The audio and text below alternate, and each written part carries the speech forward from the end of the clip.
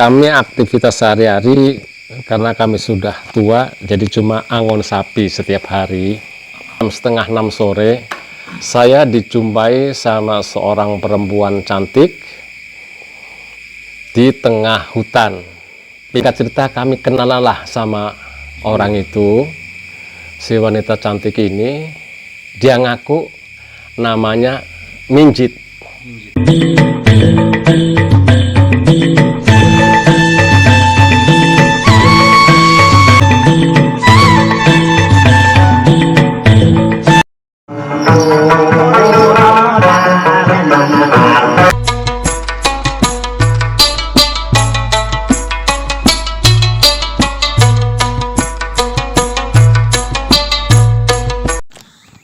Assalamualaikum warahmatullahi wabarakatuh. Semangat pagi dunia, semangat pagi Indonesia, semangat pagi buat kita semua, saudaraku, sahabat Laung Buyung. Semoga kita tetap sehat, tetap semangat, dan tetap bersahabat. Pagi dengan saya Harley Biolongai di channel Laung Buyung. Fenomena mistis kerap terjadi dan dialami oleh orang-orang di sekitar kita. Bagaimanakah cerita Pak Mardi terkait fenomena ganjil yang beliau alami selama berada di Kalimantan? Percaya atau tidak percaya, suka atau tidak suka, faktanya ada saja masyarakat kita yang mengalami hal-hal mistis, hal-hal ganjil yang ada di Kalimantan.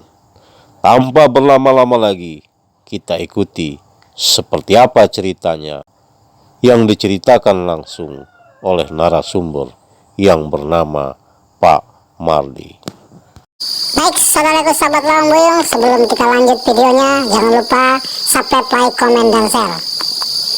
Iya, begini. Pada saat itu, saya menggembala sapi. Jam setengah 6 sore, Pak ya. Jam setengah 6 sore, saya dijumpai sama seorang perempuan cantik di tengah hutan, pinggiran kebun kelapa sawit punya PT Nusantara 13. Kalau dulu masih atas nama PT P6, sekarang sudah diganti PT Nusantara 13.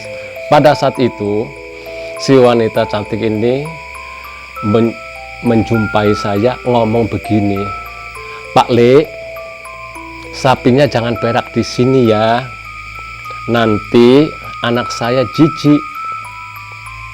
"Oh iya Bu, nanti saya giring, ini sudah waktunya pulang, memang sapi saya mau saya giring, mau saya ikat nanti di sana." Udah gitu, singkat cerita, kami kenalah sama orang itu. Si wanita cantik ini, dia ngaku namanya Minjit. Iya, pokoknya Minjit gitulah. Memang sudah agak lama sih, jadi saya sudah agak lupa ingat. Kemudian anehnya orang ini, orangnya cantik, kenapa kok hidup di tengah hutan sendirian. Setelah itu saya dengar suara anak kecil, memang ada suara, cuma nggak nampak anaknya. Cuma dia bawa kelintingan, kelinting gitu. Di kaki gitu ya? Iya, di kaki. Jadi orangnya nggak ada, anaknya, tapi dia ngomong, mama gitu. Di sebelah saya, padahal saya tengok kok nggak ada anaknya. Cuma karena memang pada saat itu masih belum sore betul, yang jelas itu masih nampak tanah-tanah itu masih nampak loh, jam setengah 6. Jadi sama sekali saya tidak merasa takut, bahkan saya itu malah asik ngomong sama ibunya. Sempat beliau bertanya sama saya, "Pak, dulu datang ke sini tahun berapa?" Saya jawab, tahun 1984. Nah, pada saat itu. Udah begitu, saya tanya juga, "Bu, rumah ibu di sini kah?" "Iya, itulah rumah saya. Cuma hanya menunjuk di sebuah pepohonan rimbun pohonnya nggak terlalu besar, pohonnya pendek aja, cuma rimbun. Di situ dia menunjuk ada gundukan batu di situ, cuma memang sebelahnya itu ada gua memang. Tapi nggak ada tampak rumah ya? Nggak ada. Nah, cuma gua itu pernah juga saya masuk ya sama teman saya itu dulu, sama Selamat R itu. Di situ ada gua basah dan gua kering. Setelah itu saya bergegas menggiring sapi saya, kemudian saya kasih tali pas di lehernya itu, karena rencana kami pada waktu itu mau kami ikat di yang dekat apa namanya mendiang Haji Iha, supaya dekat besok pagi melepaskannya kan. Jadi kami giring semua. Jumlah sapi pada waktu itu induknya itu 4, kami beli sama Pak Supadi itu. Terus anaknya itu 5 pada waktu itu. Jadi ada yang agak tanggung 1. Itu awal-awal saya itu melihara sapi pada saat itu. Udah begitu saya bergegas lah, saya giring sapi saya. Kemudian saya permisi sama orang ini, Bu, saya mau pamit ini, saya mau pulang, maaf ya Bu kalau seandainya sapi saya tadi berak di sini, kalau seandainya ada lagi nanti mau saya cempal, maksud saya mau saya buang gitu supaya anak ibu nggak jijik. Oh ya enggak apa-apa Pak Le, bilangnya kan.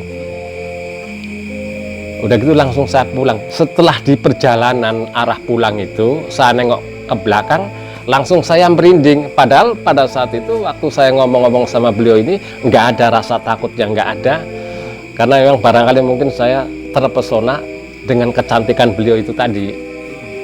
Begitu saya sudah naik masuk ke apa namanya areal yang udah dekat sama ikatan sapi saya, di situ langsung saya merinding. Masalahnya udah sore juga ini, sudah jam 6 lah kira-kira ya. Masya Allah, berarti tadi yang saya ajak ngomong itu penunggunya situ. Masalahnya begitu dia nunjuk sama saya, cuma nunjuk yang jelas itu hutan apa namanya ya, kayaknya sih nggak gede-gede, cuma ya yang jelas itu sahabat lah di atas batu-batu itu pada tumbuh kayu yang apa namanya yang keras itu. Nah,